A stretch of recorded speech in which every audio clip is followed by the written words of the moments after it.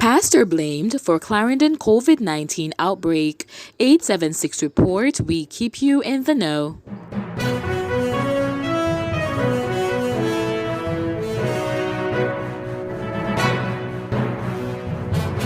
The outbreak of COVID-19 in two communities has been linked to the actions of members of religious organizations who fail to observe protocols that have been established for the control of the serious respiratory illness. In one case, a pastor returned from overseas and instead of going into quarantine at home for 14 days, reportedly went straight to church, resulting in the transmission of the novel coronavirus to several members of the congregation. The other case involved a sick person who traveled from St. Catherine to St. Thomas, going to church there to seek prayer for his illness. This also resulted in local transmission of the disease.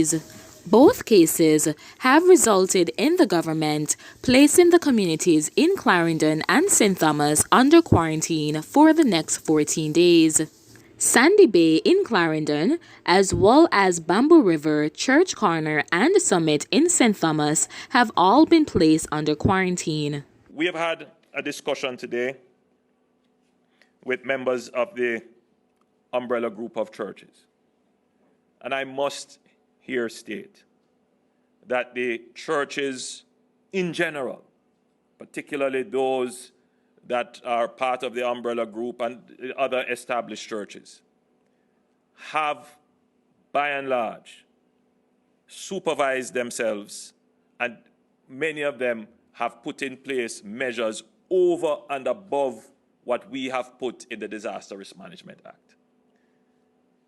Our challenge, however, are with those churches who continue to operate in such a way as to totally disregard the measures that are in place.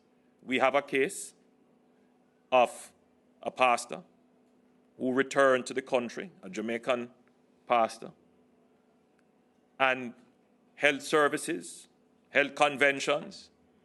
When we visited the church, the reports we had was that none of the protocols were being followed. People were there without masks. They were all gathered in a very close way. There was no temperature check being done at the door as we require. There were no hand sanitization stations. It was a total disregard for the rules. I interpret that, however, as a total disregard for our fellow Jamaicans. Now, we are seeing 30 cases today. Many of them are related to that one incident. My own view is that the authorities who are empowered by law should act and should send a strong signal to those who flout the law in this way. Jamaica yesterday recorded 30 new positive cases of COVID-19, the most in a single day, bringing the tally to 958. 28 cases of the virus have been detected in St. Thomas over the past 4 days. Holness said that the government would be tightening the COVID control measures, which will impact the opening of beaches, rivers, the entertainment industry, and funerals. However, he has all but ruled out the closure of the airports. He said that persons entering the island will be required to be quarantined.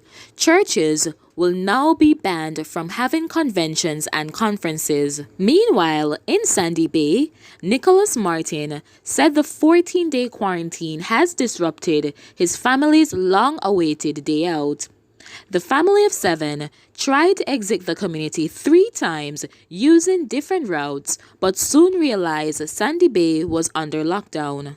At this time, I would be at Manchester at Noisy River, so me no feel good so me dey home. I promised the kids how long, cause both of us work, so we don't have the time. Everybody planned for this, said Martin. His wife, Lacey, described the lockdown as the worst, suggesting that not even corn peas was this bad.